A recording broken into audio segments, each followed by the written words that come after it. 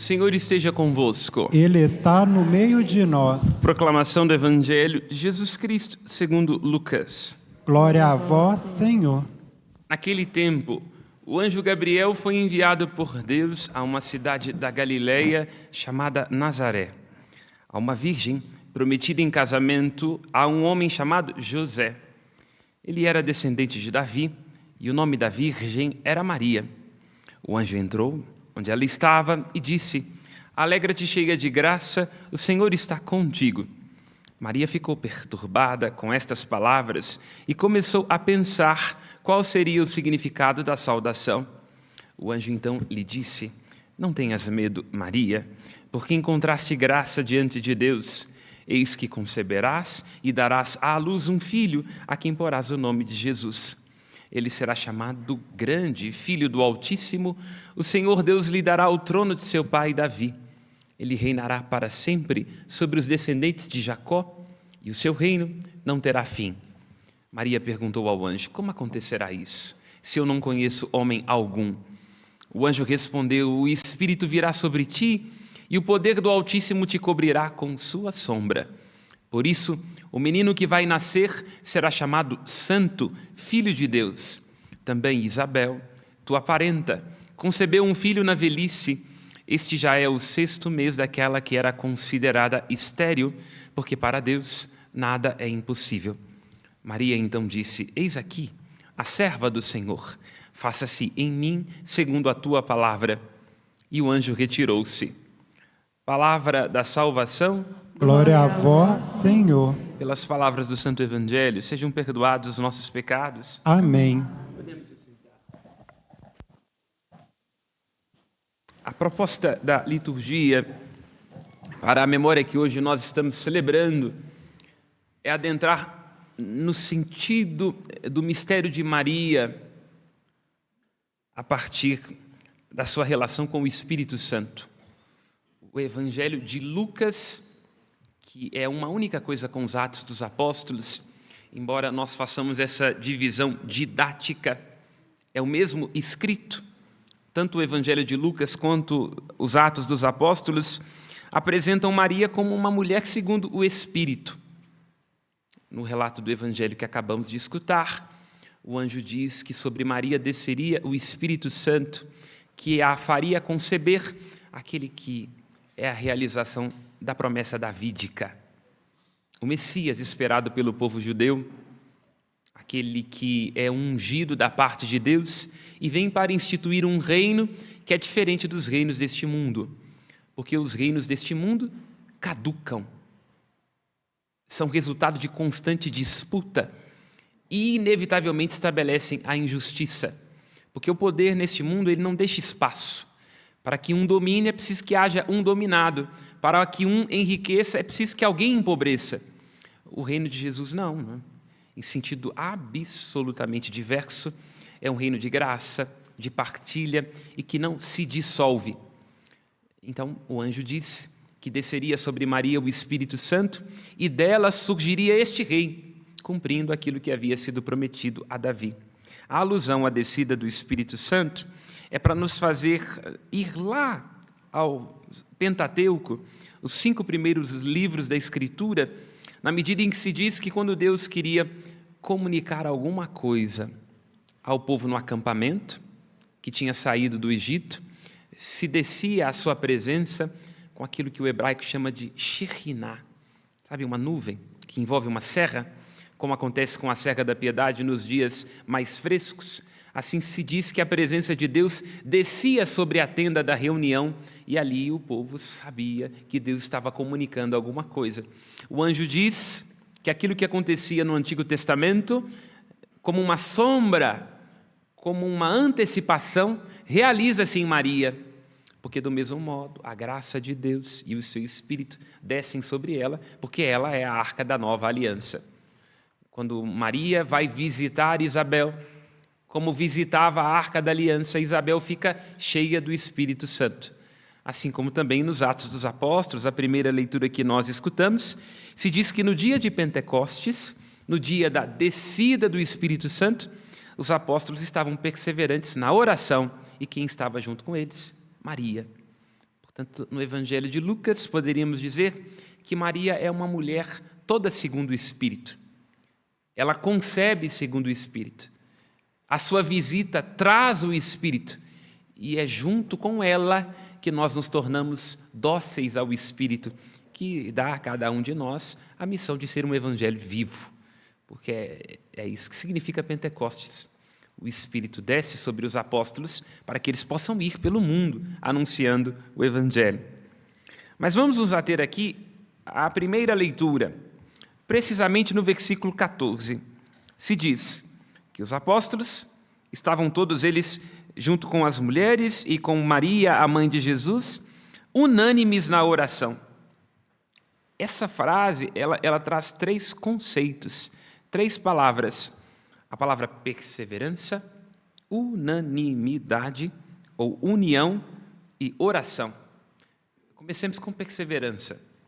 Perseverar, estar entre os grandes desafios da vida, porque não raro a gente começa bem as coisas, mas não tem às vezes força para continuar seguindo. Para perseverar é preciso ser maduro.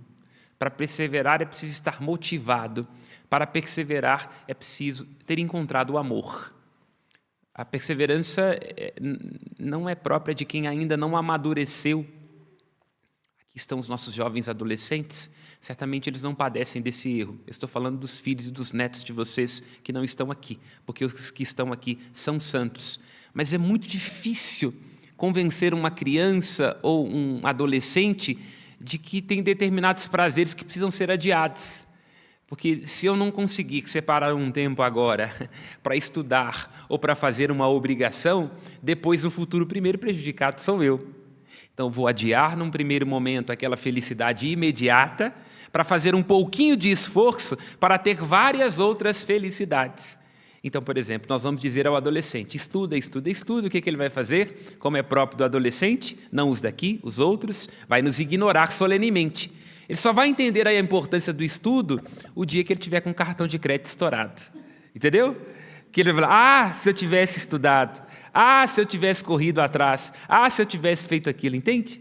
Então, a perseverança, ela só vem a nós quando nós amadurecemos, porque a perseverança vai significar adiar o meu gosto, a minha vontade, me esforçar um pouco mais.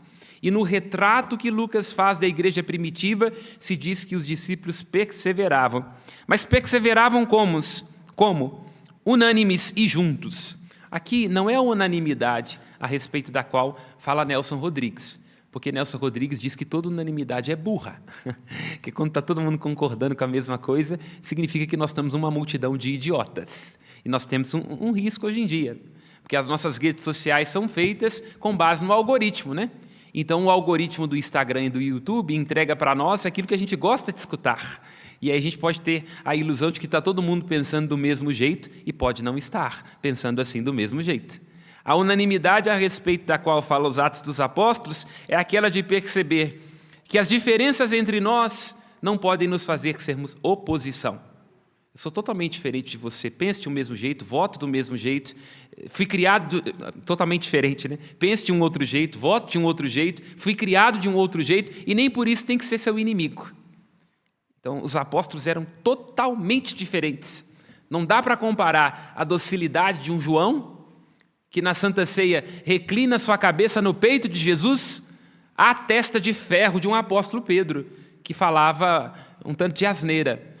Até o pai, na transfiguração, manda Pedro calar a boca, que estava falando demais, não é? Então, não dá para comparar um com o outro. Ou pensemos um Mateus, que era publicano, alguém possivelmente que sabia escrever, que tinha cultura, e pensemos os tapados, que eram, por exemplo, Tiago e o próprio João.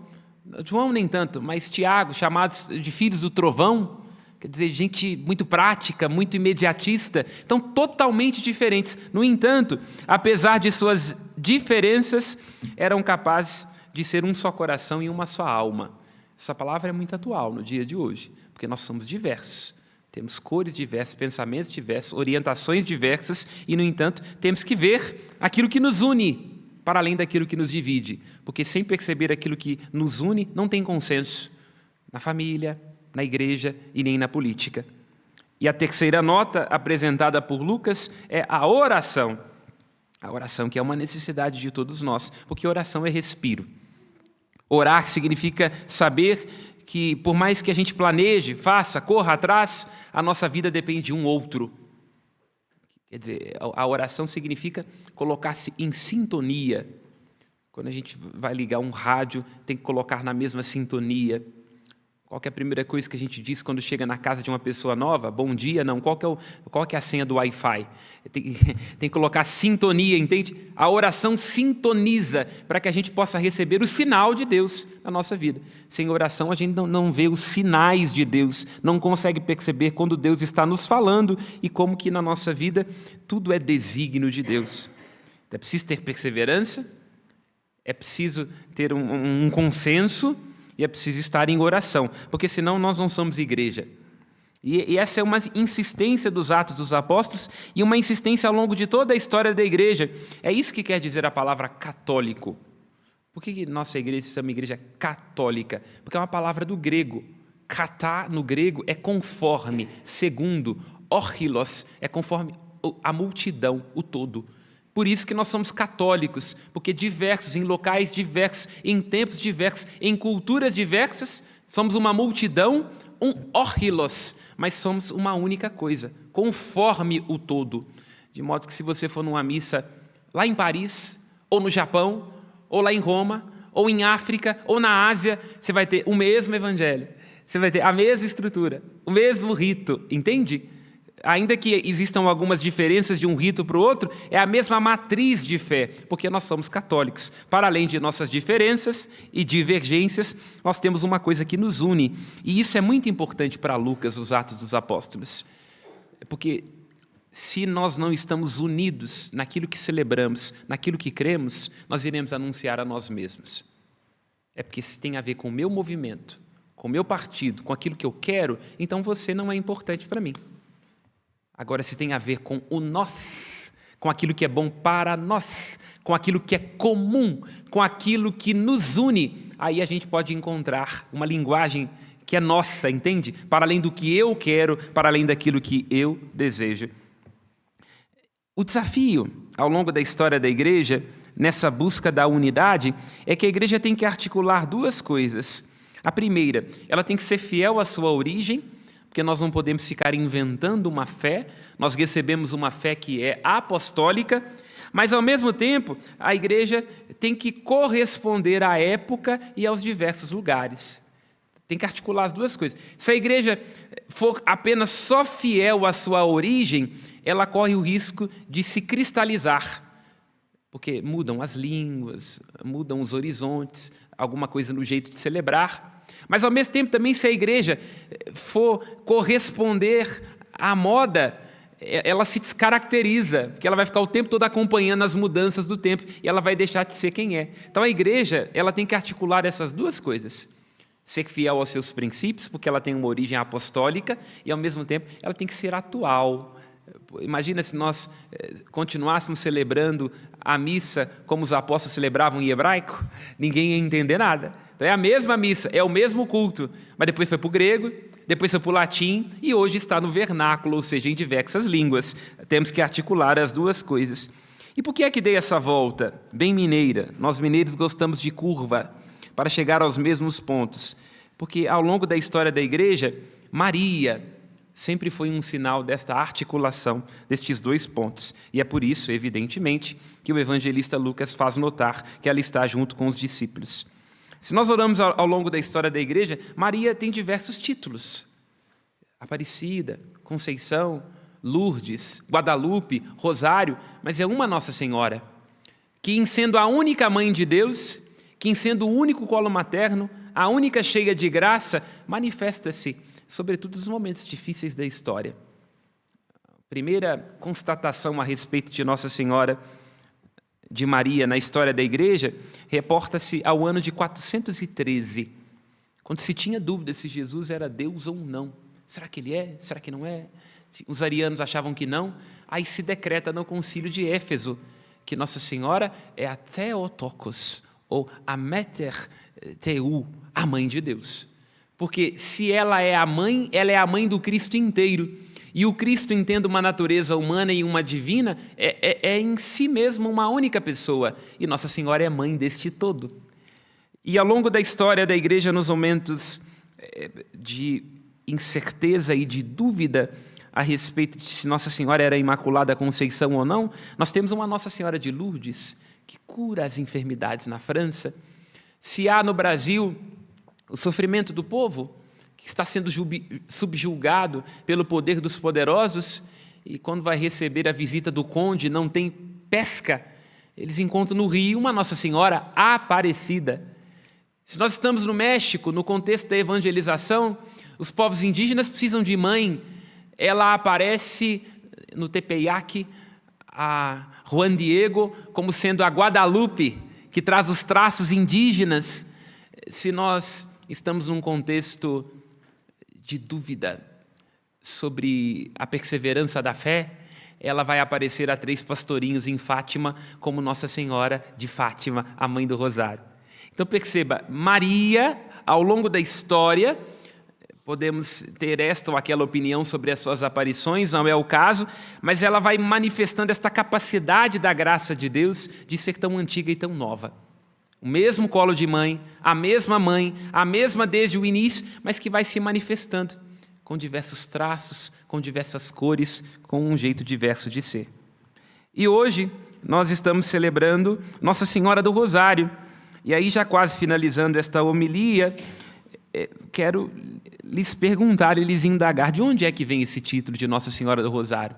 Em primeiro, ele é um título ligado a São Domingos de Gusmão, os dominicanos, lá no século XIII, que a igreja passava por uma grande crise de fé, e São Domingos é suscitado como um apóstolo para pregar o evangelho, para ajudar a corrigir as heresias que estavam levando as pessoas a se perderem da fé. E Nossa Senhora aparece a São Domingos entregando o Santo Rosário como um instrumento de evangelização. E aqui entendamos, o que é o núcleo do terço? As passagens bíblicas. A primeira parte da Ave Maria é retirada de passagens bíblicas. Ave Maria, cheia de graça, o Senhor é convosco. A segunda parte da Ave Maria, Santa Maria, Mãe de Deus, é um transbordamento da fé da Igreja, que reconhece em Nossa Senhora a Mãe de Deus, que deve rogar pelos pecadores, agora até na hora de sua morte. Então, Domingos de Gusmão faz do rosário um grande instrumento de pregação. Porque imaginemos, né, no período medieval, a maior parte das pessoas não sabendo ler, nem sempre com a possibilidade de ter um padre próximo, o Santo Rosário acaba sendo a repetição daquele que é o núcleo da Escritura, que é a encarnação de Jesus Cristo. Então, Jesus é o centro da Escritura. Toda a Escritura fala de Cristo. E cada vez que nós recitamos uma Ave Maria, nós estamos indo de novo ao centro da nossa fé, que é o Cristo e o seu mistério pascal. E depois disso, no século XVI, o título de Nossa Senhora do Rosário se consagra na vitória da Batalha de Lepanto, que é quando São Pio X tem uma visão de Nossa Senhora, e aí ele tem esta consciência de que é ela quem estava garantindo a vitória. Agora, aqui no Brasil, nós temos algo muito interessante, não é? Que é a relação de Nossa Senhora do Rosário com as comunidades negras, os escravizados que vieram de África. Já pararam para prestar atenção por que é? Que há uma relação, as igrejas associadas a Nossa Senhora do Rosário eram sempre de expressão de devoção das comunidades dos negros. Em primeiro lugar, vergonha para a nossa fé cristã, porque boa parte das confrarias e ordens não aceitavam negros. As ordens terceiras, as ordens carmelitas, na época do Brasil colonial, não permitiam que os negros rezassem. Então, quando no início da colonização, aqui, sobretudo nas Minas Gerais, os negros se associam a Nossa Senhora do Rosário, veem nela um colo, um aconchego. E as igrejas do Rosário, via de regra, são dedicadas às confrarias, dedicadas às ordens dos negros. E por quê? Porque o Rosário, tal como nós o temos hoje, quem é que ensinou a gente a fazer esse Rosário? Os muçulmanos. Tem um objeto muçulmano, mas que se chama tashbeh, ou tashbih, que tem exatamente esse formato.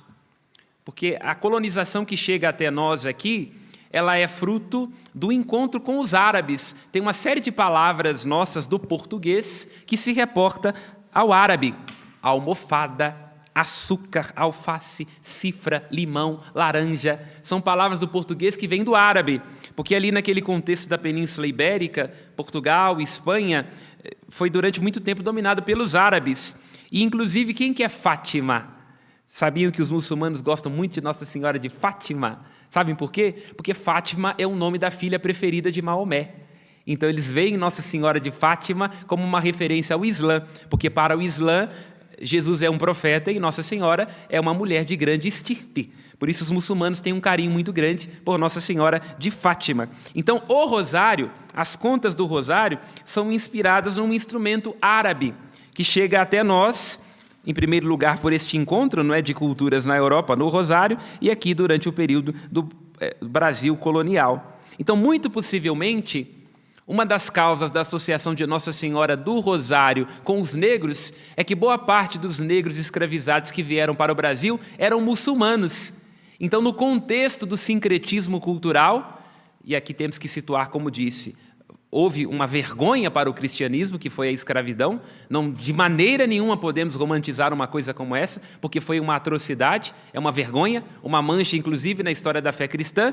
Mas o contato da cultura, os povos escravizados de origem muçulmana associaram Nossa Senhora, o rosário, a devoção, Maria, que é uma referência no Islã, e daí, muito possivelmente, aí está a origem desta associação de Nossa Senhora do Rosário com os povos negros escravizados no Brasil. O que nos ajuda a perceber como que Nossa Senhora, para além, inclusive, das próprias contradições da igreja, vai sendo sempre um ponto de encontro, né? Imaginemos, os negros não podiam entrar dentro da igreja, não podiam rezar a Imaculada Conceição, não podiam rezar a Nossa Senhora do Carmo, porque eram confrarias de brancos. Mas Nossa Senhora, com seu amor de mãe, vai ao encontro dos negros escravizados, possivelmente de origem muçulmana, entregando o seu mesmo amor materno, né? De modo que as igrejas do Rosário, as confrarias do Rosário, de onde vêm os congados, nossas guardas de Marujo, experimentaram também do mesmo modo o amor de Nossa Senhora e de Nossa Mãe, não é? Que não conhece limites, que não se prende a culturas e que, inclusive, continua dando a graça de Deus apesar dos nossos avessos, né? Vamos pedir a Nossa Senhora do Rosário um coração capaz de perseverança, um coração capaz de consenso, e vivamos em estado de oração. Que Nossa Senhora do Rosário nos ajude a sermos nós pontos de convergência, pontos de acolhida, pontos de encontro. E, sobretudo, quero apresentar aqui à Nossa Senhora do Rosário a vida dos homens e mulheres negros, como categoria sociológica, pretos como eu, do ponto de vista da cor, que continuam sofrendo no nosso Brasil. Preconceito, né? Inclusive, temos que nós nos perguntar, ainda continuamos tendo preconceito com as religiões de matriz africana. É lógico que não é isso que nós cremos. Nós cremos em um Deus que é trindade, mas o que não nos dá o direito de sermos preconceituosos, o que não nos dá o direito de associarmos as matrizes africanas a demônios ou a entidades deste tipo, porque isso não tem outro nome que senão preconceito. Não é o que nós cremos. Nós rezamos de uma outra forma, mas o que não nos impede de fazermos uma consideração amorosa e singela àqueles que são irmãos como nós, não é? Porque o Brasil é, antes de tudo, fruto do útero e do sofrimento, do suor e de lágrimas de mães negras devotas de Nossa Senhora do Rosário. Louvado seja nosso Senhor Jesus Cristo. Para sempre seja louvado. Aos céus, nossas preces.